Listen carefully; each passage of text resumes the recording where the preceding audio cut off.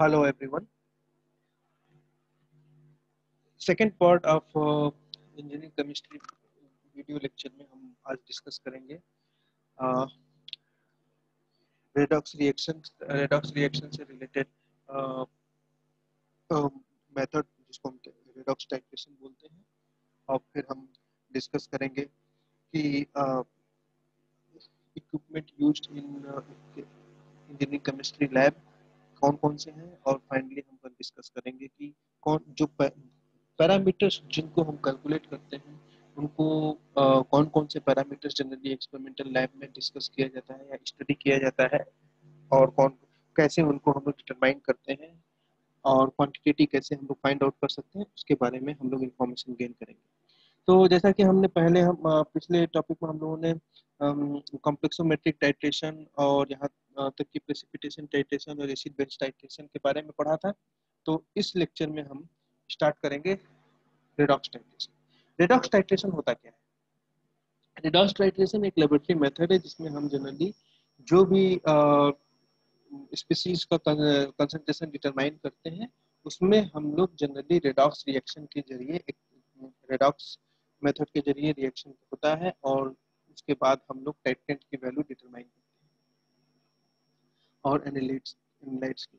तो redox method क्या है? ये एक redox oxidation reduction reaction takes place होता है टाइट्रेंट और एनालाइट के बीच में, जिसको हम टाइट्रेंट भी बोलते हैं। तो ये जो रिएक्शन होते हैं इनको हम जनरली पोटेंशियोमेट्रिक मेथड से भी यूज कर सकते हैं, समटाइम डिटरमाइन कर सकते हैं। तो अब हमारा जो मेन ऑब्जेक्टिव है कि एक्चुअली ये रेडॉक्स रिएक्शन होता क्या है। रेडॉक्स रिएक्शन का मतलब है कि रेडॉक्स टाइट्रेशन ऑक्सीडेशन और रिडक्शन प्रिंसिपल पे बेस्ड होता है, और इसमें हमारा टाइट्रेंट एंड एनालाइट यूज किया जाता है। टाइट्रेंट और एनालाइट के बीच में ऑक्सीडेशन और रिडक्शन टेक्स प्लेस करता है, जिसकी वजह से हम लोग रेडॉक्स रिएक्शन कर सकते हैं, और रेडॉक्स रिएक्शन के बेसिस पे हम लोग रेडॉक्स टाइट्रेशन करते हैं। ये मोस्ट कॉमनली यूज किया जाता है किसी भी लैब में, जैसे कि आपका KMnO4 ऑक्सैलिक एसिड का रिएक्शन जो होता है, जिसको हम लोग रेडॉक्स मेथड से ऑक्सैलिक एसिड कंसंट्रेशन को डिटरमाइन कर सकते हैं, या किसी भी रिएक्शन में ऑक्सैलिक एसिड फॉर्म हो रहा है तो उसकी कंसंट्रेशन को डिटरमाइन कर करके कितना कौन सा कंपाउंड है उसके बारे में इंफॉर्मेशन गेन कर सकते हैं। तो redox reaction is used to study the or determine the concentration of material based on oxidation reduction reaction. So अब यहाँ पे जैसे कि रिडक्शन होता क्या है, देन द क्वेश्चन आता है कि रिडक्शन ऑक्सीडेशन क्या है। तो रिडक्शन क्या होता है? जैसे कि हाइड्रोजन अगर ऐड का किसी भी चीज में किसी भी स्पीसीज में ऐड हो रहा है या किसी भी एलिमेंट में ऐड हो रहा है तो उसको हम बोलते हैं रिडक्शन। वहीं पे ऑक्सीजन रिमूव हो रहा है, ऑक्सीजन का रिमूव होना तो मतलब कि आपका कोऑर्डिनेशन नंबर बढ़ना, तो उसको हम बोलेंगे रिडक्शन। और वहीं पर अगर हम इलेक्ट्रॉन का ऐड हो रहा है तो भी हम उसको बोलते हैं रिडक्शन। तो reduction is overall oxidation process. Oxidation process को ही reduction process, reduction is overall a oxidation state. मतलब कि जैसे कि यहाँ पर ऑक्सीजन क्या है, ऑक्सीजन जब निकल रहा है इसका मतलब जो दो इलेक्ट्रॉन है वो जो भी इलेक्ट्रॉन उसमें वो स्पीसीज न्यूट्रल हो रहा है, न्यूट्रल है नहीं है, वो आयनिक स्पीसीज है। ऑक्सीजन के साथ कोई भी चीज बनाएगा तो ऑक्सीजन आप जानते हैं इलेक्ट्रोनेगेटिव होता है, तो उसका जो काउंटर पार्ट होगा इलेक्ट्रोपॉजिटिव होगा। जब ऑक्सीजन निकल रहा है तो वह न्यूट्रल की तरफ जाएगा। इस वजह से यहाँ पर आपका रिडक्शन हो रहा है, क्योंकि वहां पर न्यूट्रलाइज हो रहा है, मतलब ऑक्सीडेशन नंबर बढ़ रहा है। तो ये ऑक्सीडेशन स्टेट से ही हम लोग जनरली रिडक्शन को रिप्रेजेंट करते हैं। सिमिलरली ऑक्सीडेशन क्या है? अगर ऑक्सीजन का एडिशन हो रहा है उसको ऑक्सीडेशन करते हैं, जैसे कि आयरन का आयरन ऑक्साइड बनना, मतलब जिंक का मतलब जिंक ऑक्साइड बनना, आयरन का आयरन ऑक्साइड बनना, या रस्टिंग ऑफ मेटल, कोई भी रस्टिंग ऑफ मेटल जिसको हम जहाँ पे ऑक्सीजन का ऐड होता है उसको हम ऑक्सीडेशन करते हैं, उसको हम ऑक्सीडेशन प्रोसेस करते हैं। वहीं पे हाइड्रोजन का निकलना उसको हम ऑक्सीडेशन प्रोसेस करते हैं। और वही हमारा अगर उसी इन द सेम सेंस अगर इलेक्ट्रॉन निकल रहा है या लॉस हो रहा है तो उसको भी हम लोग ऑक्सीडेशन प्रोसेस करते हैं। तो वहां पर भी ओवरऑल ऑक्सीडेशन स्टेट का डिक्रीज होना ऑक्सीडेशन कहलाता है, और ऑक्सीडेशन स्टेट का इंक्रीज करना रिडक्शन प्रोसेस कहलाता है। तो इस इन्हीं दो प्रिंसिपल को बेस करके हमारा रेडॉक्स टाइट्रेशन किया जाता है।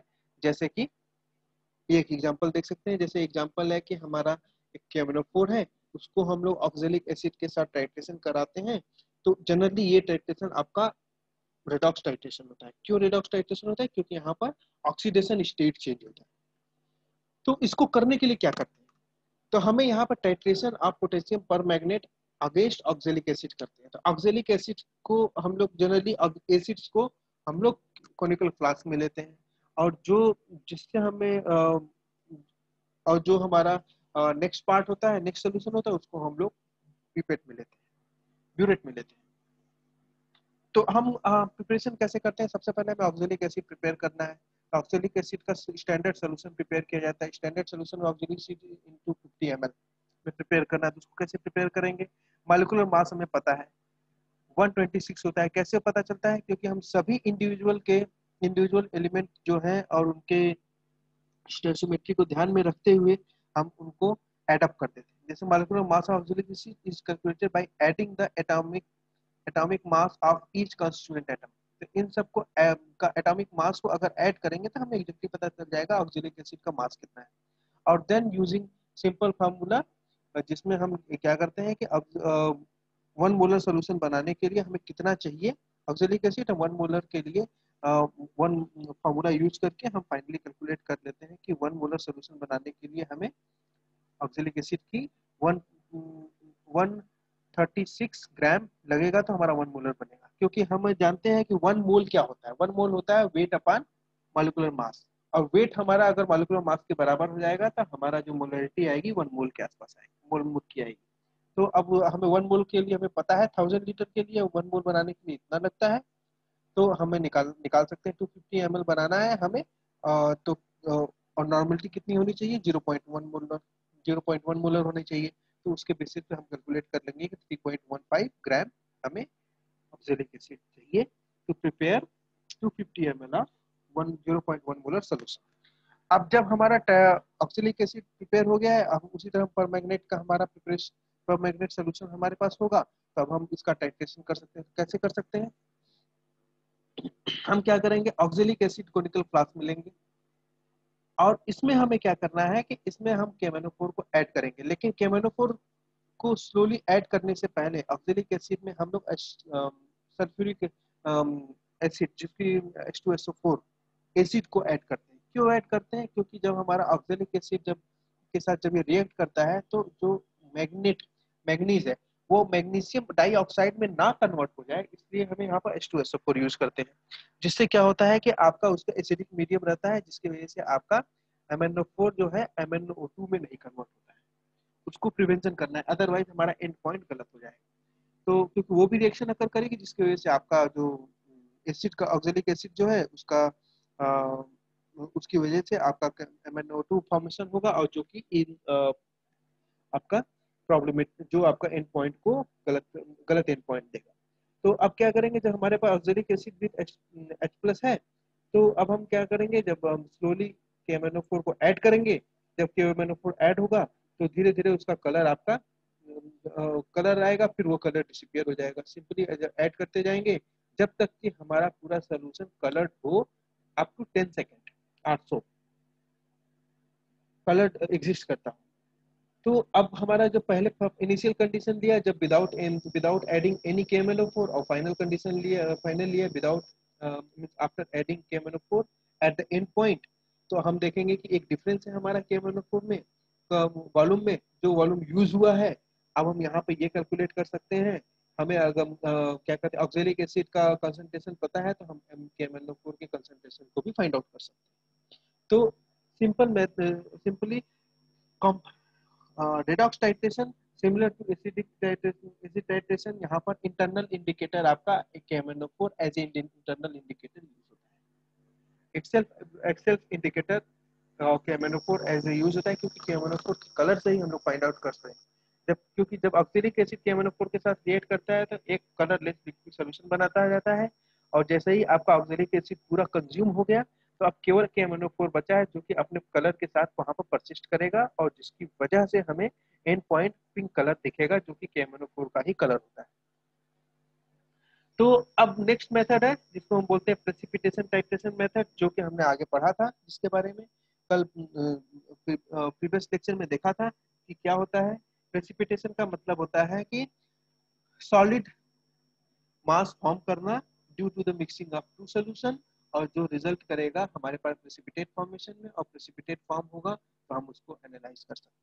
और प्रेसिपिटेशन मेथड में हम जनरली जैसे कि सिल्वर नाइट्रेट है और NaCl को मिक्स किए तो सिल्वर क्लोराइड बनेगा और AgNO3 बनेगा। और सिल्वर क्लोराइड क्या होता है आपका, एक सॉलिड मास होता है, सॉलिड मास होता है जो व्हाइट कलर का होता है। तो बेसिक प्रिंसिपल है कि यहाँ पर हमारा जो titrate react with analyte form A insoluble material, जब इनसॉल्युबल मटेरियल फॉर्म होगा तो उसको हम लोग अलग भी कर सकते हैं। And titration continues till the very and, last amount of analyte is consume. जब तक कि last amount of analyte consume नहीं हो जाता है तब तक वो आपका टाइट्रेशन करते रहे।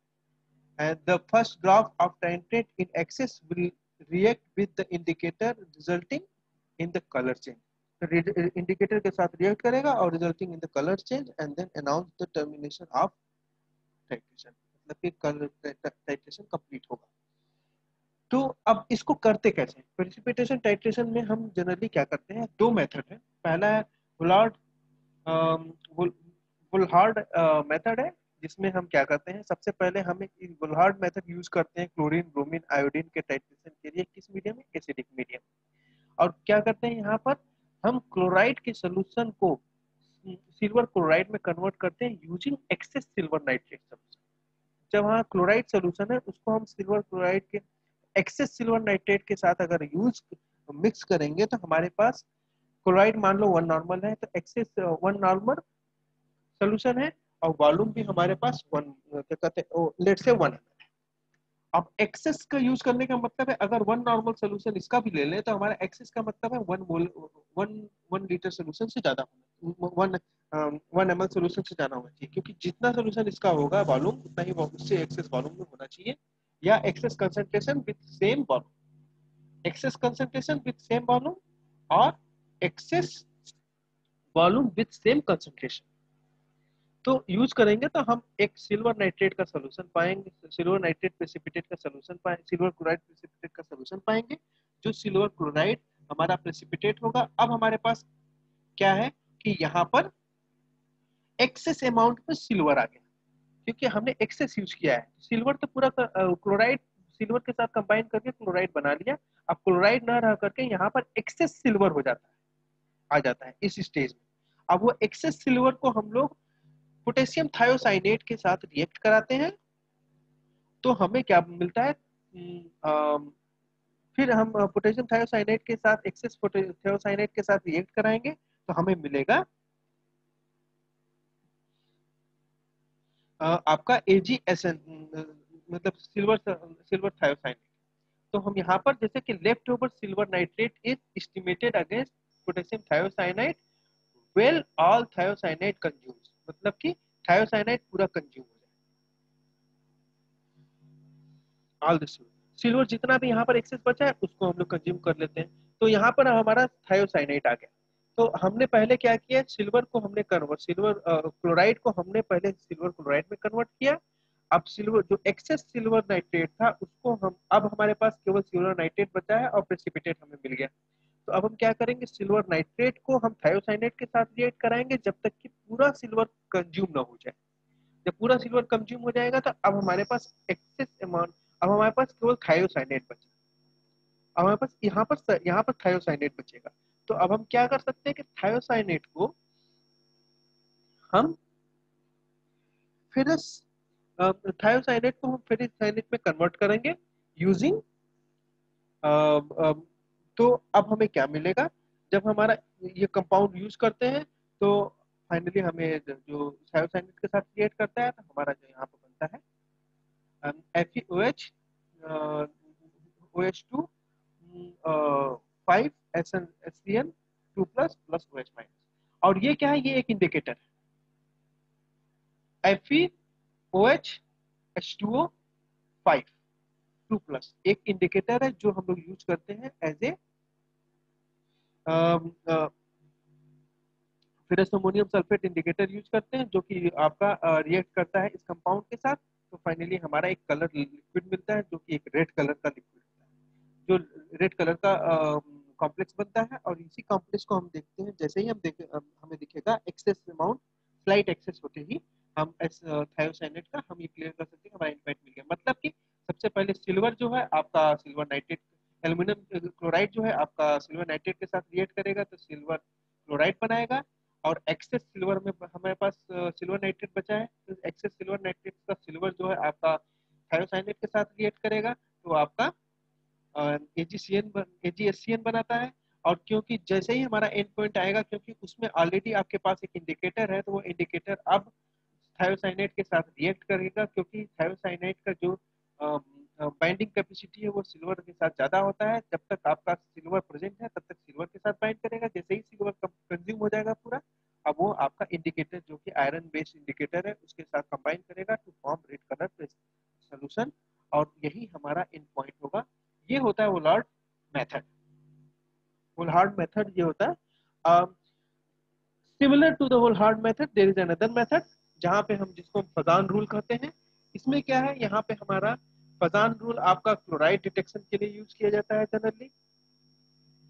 इसमें क्या करते हैं, हमारा इंडिकेटर जो होता है एक एब्जॉर्प्शन बेस्ड इंडिकेटर। एब्जॉर्प्शन और एब्जॉर्प्शन में क्या है, एब्जॉर्प्शन मतलब एब्जॉर्ब कर जाना, एब्जॉर्ब मतलब कि उसके ऊपर स्टिक कर जाना due to the van der Waals force of attraction, कि टुगेदर कंबाइन करना, मतलब कि एक जो है दूसरे के ऊपर आकर के स्टिक कर गया, तो उसको हम एब्जॉर्प्शन मेथड बोलते हैं। एब्जॉर्प्शन मेथड के जरिए आपका हमारा यहाँ पर इंडिकेटर जो है फजान रूल को हम लोग डिटेक्ट करते हैं, जहाँ जो एक प्रेसिपिटेशन बेस्ड मेथड है। और यहाँ पे हमारा जो इंडिकेटर यूज होता है डाइक्लोरोफ्लोरेसिन यूज होता है एज एन एनायन, क्योंकि डाइक्लोरोफ्लोरेसिन एक एनायन होता है। तो हमारा जो रिएक्शन होता है वो सिल्वर का रिएक्शन करते हैं सिल्वर नाइट्रेट के साथ एक्सेस में। जैसे कि NaCl ले लिया, NaCl का कंसंट्रेशन किसी सोल्यूशन में फाइंड आउट करना है, तो हमने सिल्वर नाइट्रेट को ऐड किया उसमें, तो हम क्या देखेंगे, सिल्वर क्लोराइड बना। और सिल्वर क्लोराइड क्या है, आपका एक प्रेसिपिटेट है, और वहां पर NaNO3 बना। लेकिन जैसे ही क्योंकि हम एक्सेस में यूज करें तो वहां पे अब सिल्वर आयन भी बचा है और NaO भी बचा है, NaO3 भी बचा है। और AgNO3 और NaNO3 और सिल्वर आयन भी बचा है। तो अब हमें क्या करना है कि हम ये देखते हैं कि जो फजान रूल का मैकेनिज्म क्या वो ये है कि पहले सिल्वर जो है, सिल्वर आएगा, सिल्वर के बाद आपका सिल्वर क्लोराइड हमारा प्रेसिपिटेट है, उसके ऊपर क्या करेगा, सिल्वर जो है अटैक, सिल्वर क्या होगा, एडजॉर्ब होगा। तो वो एक सिल्वर की लेयर बनेगी, सिल्वर आयन की लेयर बनेगी। उस सिल्वर आयन की लेयर पर अगर आपका इंडिकेटर नहीं है उसमें, वो क्या करेगा, आपका नाइट्रेट सिल्वर आयन को आकर के बाइंड करेगा, जिससे एक नाइट्रेट की लेयर फॉर्म होगी। तो पहले जो सिल्वर की लेयर फॉर्म हुई उसको हम बोलेंगे सिल्वर आयन की लेयर, उसको बोलेंगे आपका ये आपका आयन जो इसको प्राइमरी लेयर बोलेंगे। वहीं पर नाइट्रेट जो फॉर्म करेगा वो आपका सेकेंडरी लेयर फॉर्मेशन होगा, निगेटिवली चार्ज। क्योंकि अब अगर हमारे पास सोल्यूशन में आपका डाइक्लोरोफ्लोरोसिन है जो कि नेगेटिवली चार्ज है, तो वो उसका जो है आपका सिल्वर के साथ स्ट्रॉन्ग बाइंडिंग होगा सिल्वर लेयर के साथ, और नाइट्रेट लेयर डिसअपीयर कर जाएगा, जिसके वजह से आपका ये एक इंडिकेटर आ जाएगा नाइट्रेट आयन की जगह पर secondary as a secondary layer, जो कि एक स्पॉन्टेनियस प्रोसेस होता है क्योंकि बहुत ही स्ट्रॉन्ग बाइंडिंग होती है सिल्वर लेयर के साथ इसकी। तो ये क्या करेगा, स्पॉन्टेनियस बाइंडिंग होती है जो कि रिप्लेसमेंट होता है आपका सिल्वर नाइट्रेट का डाइक्लोरोफ्लोरोसिन के साथ एक्सेस में। जैसे ही एक्सेस होगा ये प्रोसेस स्टार्ट होती है, इसलिए हम इसको क्या कर सकते हैं कि ये एक precipitation based adsorption mechanism. The Fazan rule Fazan method is the method in which precipitation takes place at the same time adsorption of indicator results in color change. Colour का चेंज होता है जिसको हम लोग मेजर करते हैं, जो हमारा एंड पॉइंट इंडिकेट करता है। तो फजान रूल आपका जनरली प्रेसिपिटेशन बेस्ड मेथड है, बट यहाँ पे आपका एडजॉर्प्शन होता है, रिएक्शन नहीं होता इंडिकेटर का at the surface of silver second primary layer of silver ion. और ये आपका एक एडजॉर्प्शन मैकेनिज्म है जो कि हम जनरली आपका तो इसलिए हम क्या बोलते हैं, आपका dichlorofluorescein in Fajans rule is an adsorption indicator. अब हम बात करेंगे कुछ ऑपरेटर्स जो यूज किए जाते हैं वॉल्यूमेट्रिक टाइट्रेशन में जैसे हमने पहले बताया था, ब्यूरेट क्या होता है? ब्यूरेट एक लॉन्ग सिलिंड्रिकल अपरेटस है जिसमें क्या करते हैं हम लोग सोल्यूशन लेते हैं, और वो जनरली आपका 50 से लेकर के 150 जीरो से लेकर के 50 ml तक का या क्यूबिक सेंटीमीटर तक का कैपेसिटी का आता है, और यहाँ पे एक स्टॉप कॉर्क होता है जिसकी वजह से हम इसके वॉल्यूम को, फ्लो को कंट्रोल कर सकते हैं, और ये आपका यूज होता है as a volumetric titration equipment. Next है पिपेट। पिपेट क्या होता है? एक सिलिंड्रिकल ट्यूब होती है जिसमें जो जो एक जिसके अंदर एक वाइड रीजन, एक नैरो रीजन होता है, जिससे हम क्या करते हैं, अपना सोल्यूशन को पिपेट आउट करके कोनिकल फ्लास्क में लेते हैं, जो हमारा एक अननोन या नोन सोल्यूशन हो सकता है। और इनका जो वॉल्यूम होता है, इससे जो वॉल्यूम हम लोग ले सकते हैं, क्योंकि ये, ये बने ऐसे होते हैं कि इसमें एक मार्किंग दी होती है जो मार्किंग बताती है कि उसकी कैपेसिटी कितनी है। तो उस मार्किंग तक अगर आपने पूरा फिल कर लिया, जैसे कि यहाँ पे देख रहे हैं, यहाँ पे फिलिंग की जा रही है, और जैसे ही मार्किंग के पास आ गया आपने फिलिंग रोक दी, अब फिर उसको हम ट्रांसफर कर देते हैं कोनिकल फ्लास्क में, और कोनिकल फ्लास्क में ट्रांसफर करने के बाद हम टाइट्रेशन करते हैं। तो इनका जो कैपेसिटी होता है वो 1 ml से लेकर के 100 ml तक का कैपेसिटी का हो सकता है, डिपेंडिंग ऑन कितना रिक्वायरमेंट है उसके हिसाब से हम चूज करते हैं ऑपरेटर्स, कौन सा ऑपरेटर्स यूज करना है, कौन सा नहीं यूज करना है। एंड देन कॉमन टर्म क्या यूज होते हैं? कॉमन टर्म, पहला जो टर्म यूज होता है वो है आपका टाइट्रेंट। टाइट्रेंट का मतलब होता है कि वह सोल्यूशन जिसको हम ब्यूरेट में लेते हैं। ब्यूरेट मतलब लॉन्ग ब्यूरेट, जो 50 ml का ब्यूरेट होता है, उसमें लेते हैं, और जिसको हम कंट्रोल करते हैं ड्यूरिंग द टाइट्रेशन। और टाइट्रेंट क्या होता है? वह सोल्यूशन जिसको हम पिपेट से पिपेट आउट करते हैं और उसको हम कोनिकल फ्लास्क में लेते हैं, इसको बोलते हैं टाइट्रेंट। तो टाइट्रेंट और टाइट्रेंट दोनों अलग है। टाइट्रेंट हम ब्यूरेट में लेते हैं, जबकि टाइट्रेंट जबकि टाइट्रेंट हम कोनिकल फ्लास्क में लेते हैं। तो अब हम बात करेंगे कि एंड पॉइंट। हम हमेशा बात कर रहे हैं किसी भी एक्सपेरिमेंटल केमिस्ट्री लैब में एंड पॉइंट को फाइंड आउट करने। तो एंड पॉइंट क्या होता है? Sharp change in colour. अगर हमें दिखता है तो हम उसको एंड पॉइंट बोलते हैं। जैसे KMnO4 के केस, रेडॉक्स रिएक्शन में KMnO4 एज ए इंडिकेटर यूज होता है, लेकिन जब तक ऑक्सैलिक एसिड प्रेजेंट है, वो आपका जब भी KMnO4 ऐड होता है उसका कलर डिसअपियर हो जाता है, इसलिए उसका कलर आपका कलरलेस दिखता है। लेकिन जैसे ही आपका ऑक्सैलिक एसिड कंप्लीटली कंज्यूम हो गया, आपका KMnO4 as an indicator itself हम लोग डिटेक्ट करते हैं, क्योंकि वह कलर होता है, इसलिए सोल्यूशन कलर हो जाता है, क्योंकि ऑक्सैलिक एसिड अब डिसअपियर हो चुका है। उसी तरह एसिड बेस टाइट्रेशन में भी आपका इंडिकेटर यूज होता है, जैसे फेनोक्सिलिन एज ए इंडिकेटर यूज करते हैं, जो कि कलरलेस होता है पहले, लेकिन जैसे ही बेसिक कंडीशन में एसिडिक कंडीशन में कलरलेस होता है, लेकिन बेसिक कंडीशन में वो कलर हो जाता है। तो एंड पॉइंट का मतलब है कि कलर का चेंज होना during the titration results indicates the end point. That's why indicator is always required for end point detection in titration method. तो नेक्स्ट है इंडिकेटर। क्या है इंडिकेटर? वह सबस्टेंस है जो एक्चुअली एंड पॉइंट आने पर आपका कलर चेंज कर दे। तो अब हम बात करेंगे इंटरनल इंडिकेटर क्या होता है। इंटरनल इंडिकेटर मतलब कि जो सोल्यूशन के अंदर ही हम लोग यूज कर सके एज एन इंडिकेटर, जैसे कि फेनोक्सिलीन, मिथाइल ऑरेंज इंटरनल इंडिकेटर है, जो कि हम एक्सटर्नली ऐड करते हैं टाइट्रेंड में। टाइट्रेंड मतलब जो कि कोनिकल फ्लास्क में सोल्यूशन लेते हैं, उसमें हम लोग एक्सटर्नली एक थर्ड एलिमेंट ऐड करते हैं जो इंडिकेटर जैसा काम करता है, उसको बोलते हैं आप इंटरनल इंडिकेटर।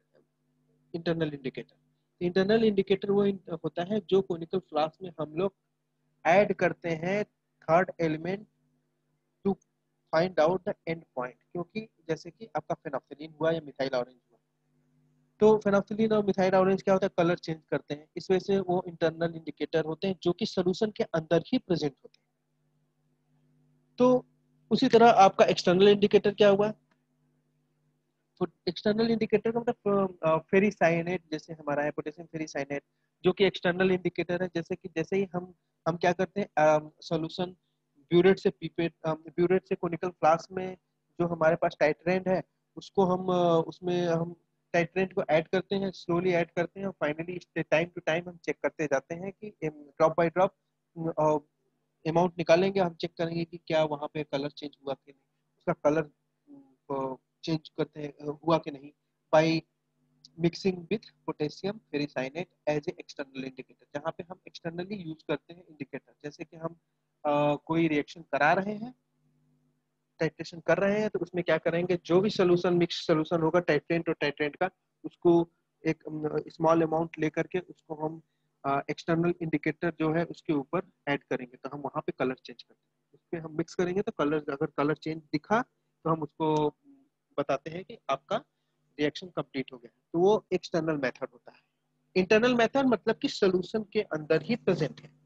एक्सटर्नल मेथड मतलब वो सोल्यूशन में नहीं प्रेजेंट है, वह एक्सटर्नली हमारे पास है, जिसको हम यूज करते हैं एज एक्सटर्नल इंडिकेटर, जहाँ पे हम जो हमारा सोल्यूशन है टाइट्रेंट और टाइट्रेंट का मिक्सचर, उसको हम लोग एक्सटर्नली चेक करते हैं कि उसका कलर चेंज हो रहा है कि नहीं, एडिंग फॉर एग्जांपल पोटेशियम फेरोपेरिसाइनाइड, जो कि KMnO4 और Cr2O7 पोटेशियम क्रोमेट सोल्यूशन में हम लोग यूज करते हैं इन टाइट्रेशन। नेक्स्ट है सेल्फ इंडिकेटर। सेल्फ इंडिकेटर का मतलब होता है जो अपने आप को में ही इंडिकेटर होता है, जैसे कि पोटेशियम परमैंगनेट। जैसे जब हमने बताया कि ऑक्सैलिक एसिड का पोटेशियम परमैंगनेट के साथ रिएक्शन होता है, ऑक्सैलिक एसिड कलरलेस होता है, पोटेशियम परमैंगनेट पिंक कलर होता है। तो जब भी हम पोटेशियम ऑक्सैलिक एसिड के साथ रिएक्ट करता है, वो कलरलेस सॉल्यूशन बनाता है। अब जैसे ही ऑक्सैलिक एसिड कंप्लीटली कंज्यूम हो गया, तो हम बोल, अब हमारा जो बचा क्या है उसमें, अब अगर हम excess amount of potassium permanganate डालें, तो हम देखेंगे कि पोटेशियम परमैंगनेट का कलर ही हमें अब सॉल्यूशन में दिखने लगा। तो ये एक इंडिकेटर पॉइंट होता है कि एज ए सेल्फ इंडिकेटर, मतलब कि खुद को ही आप इंडिकेटर बना। ये आपका सॉल्वेंट भी हो सकता है, या आपका टाइट्रेंट भी हो सकता है, या आपका टाइट्रेट भी हो सकता है। तो तो एंड पॉइंट डिटेक्शन तीन मेथड्स होते हैं, एक्सटर्नल मेथड, सेल्फ इंडिकेटर। अब अननोन सोल्यूशन क्या है? अननोन सोल्यूशन वो सोल्यूशन होता है जिसका हमें पैरामीटर पता नहीं होता। कौन सा पैरामीटर? स्ट्रेंथ। सोल्यूशन की कंसंट्रेशन पता ना हो तो उसको हम अननोन सोल्यूशन बोलते हैं। स्टैंडर्ड सोल्यूशन वो सोल्यूशन होते हैं जहां पे हमें स्टैंडर्ड पता हो, मतलब सोल्यूशन का प्रॉपर्टी पता होता है, जैसे कि कंसंट्रेशन क्या है या स्ट्रेंथ क्या है पता होती है। वहीं पे पीएच क्या होता है? पीएच एक ऐसा पैरामीटर होता है जो सोल्यूशन की स्ट्रेंथ के बारे में बताता है कि वो कितना एसिडिक है या कितना बेसिक है। न्यूट्रल कंडीशन में पीएच 7 होता है, अगर एसिडिक कंडीशन है तो बिलो 7 पीएच, अगर बेसिक कंडीशन है तो अबव 7 to 14 पीएच। अब पीएच का लॉग स्केल पे देखा जाए तो -log/10 कंसंट्रेशन होता है। अगर हमें ये पता है कंसंट्रेशन तो हम पीएच भी निकाल सकते हैं, या अगर हमें पीएच पता है सॉल्यूशन का तो हम कंसंट्रेशन भी कैलकुलेट कर सकते हैं। अब अगर हमें कंसंट्रेशन पता चल गया तो हमें अननोन सॉल्यूशन का भी हम कैलकुलेशन कर सकते हैं। तो डिपेंडिंग ऑन आपको कौन सा पैरामीटर दिया हुआ है, कंसंट्रेशन मालूम है तो आप अननोन दूसरे अननोन सॉल्यूशन को निकालना है तो बाय डूइंग द टाइट्रेशन आप उसके बारे में निकाल सकते हैं। अगर पीएच पता है तो पीएच से पहले हम कंसंट्रेशन निकालेंगे नॉन सॉल्यूशन का। अब जब हमें कंसंट्रेशन पता चल गया तो अब अननोन सॉल्यूशन का टाइट्रेशन के मेथड से हम pH concentration in even pH of unknown solution भी निकाल सकते हैं। तो नाउ अब हम बात करेंगे कि अभी हमने बात किया कि कंसंट्रेशन को, तो कंसंट्रेशन को एक्सप्रेस करने के डिफरेंट फॉर्म।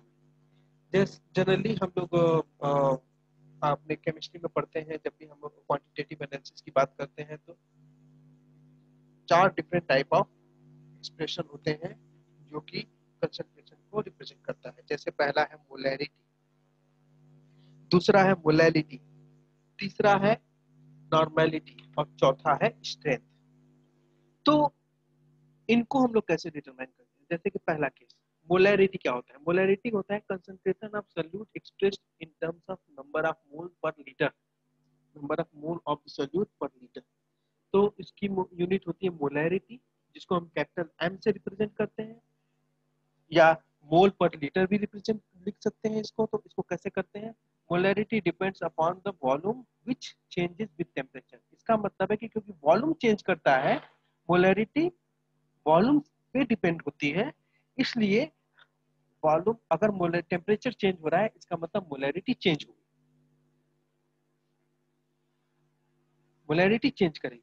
तो सिंपली अगर हम अब इसको हम कैसे कैलकुलेट कर सकते हैं, तो इसको कैलकुलेट करने का तरीका है, सबसे पहले हम वेट करेंगे कितना अमाउंट हमारा सोल्यूट है, और हमें उस सोल्यूट का मास पता होना चाहिए, मॉलिक्यूलर मास कितना होता है, और हमें कितने वॉल्यूम में बनाना है।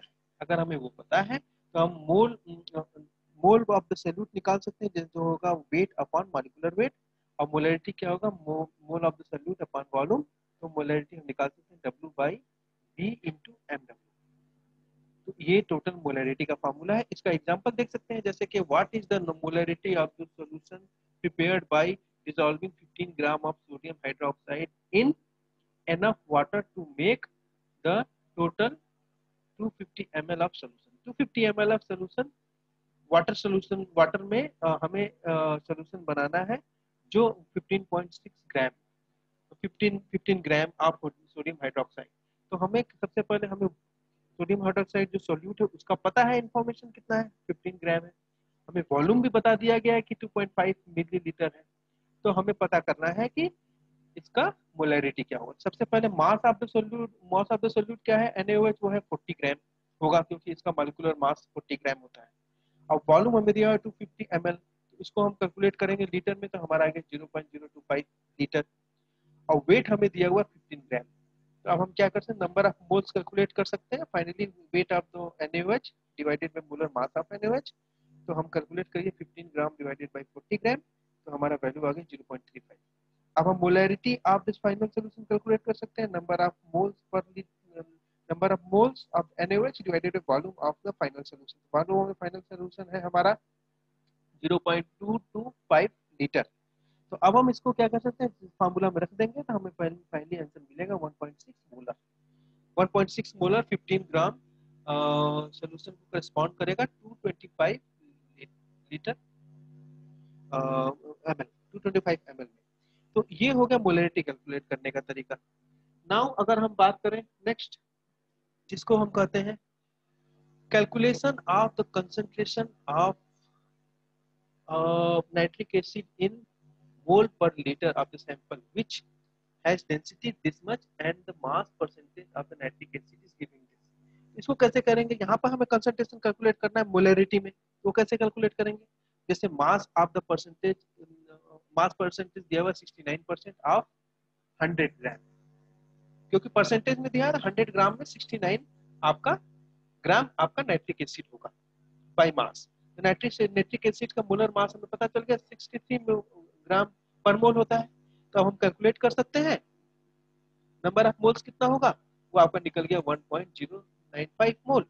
अब हमें वॉल्यूम वॉल्यूम निकालना है, 100 ग्राम नाइट्रिक एसिड के सोल्यूशन के लिए दिया हुआ है कितना होगा, तो 100 ग्राम बाई 1.41 ग्राम पर लीटर। तो आपका वॉल्यूम भी निकल गया, क्योंकि हमारे पास ऑलरेडी डेंसिटी दी हुई है इतना, मतलब 100 ग्राम के लिए इतनी डेंसिटी 69% है, 69% के लिए, क्योंकि हमने 100 ग्राम माना हुआ है, 100 ग्राम के लिए हमारा डेंसिटी इतना होगा। तो हम निकाल लिए कि 100 अपॉन 1.4 ग्राम पर ml। तो हमारा ये निकल गया 70.02 ml। अब इसको फाइनली लीटर में कन्वर्ट करेंगे तो 0.07092 लीटर। अब हमें कंसंट्रेशन कैलकुलेट करना है, that will be 1.095 mole by 0.07092 litre, that is equal 15.44 ml। तो हमें परसेंटेज ऑलरेडी दिया हुआ, mass percentage of nitric acid दिया हुआ है दिस मच, और डेंसिटी दिया हुआ है। डेंसिटी हमेशा 100 पे काउंट की जाती है, 100 ml के हिसाब, 100 के हिसाब से काउंट की जाएगी, 100 ग्राम के हिसाब से। तो जब 100 ग्राम के हिसाब से काउंट की जाएगी, तो अब हमें 100 ग्राम के लिए इतना है, ये तो आप 100 ग्राम के लिए कैलकुलेट कर लिया। फाइनली हमें डेंसिटी पता है, तो हम अमाउंट निकाल सकते हैं कितना वॉल्यूम होगा। अब हमारा पास परसेंट अमाउंट पता चल गया, वॉल्यूम कितनी है और मोल फ्रैक्शन कितना है, मोल कितना है, तो हम कैलकुलेट कर सकते हैं कंसंट्रेशन इन मोलैरिटी कितना होगा, 15.4 ग्राम 44 ml मोल पर लीटर और मोलैरिटी। नाउ मोलैरिटी क्या होता है, मोलैरिटी होता है आपका solution defined by amount of substance present in given mass of solvent. मतलब सॉल्वेंट के मास 1 kg मास में कितना आपका सोल्यूट अमाउंट मास में प्रेजेंट है, नंबर ऑफ मोल प्रेजेंट है या मास अमाउंट ऑफ मास प्रेजेंट है, उसके बेसिस पर मोलैलिटी डिफाइन करते हैं। तो मोलैलिटी का फार्मूला क्या है? मोलैलिटी क्या है? Amount of substance of the solute where in mole divided by the mass in KG of the solvent. Solvent का मास केजी में और सोल्यूट का नंबर ऑफ मोल्स।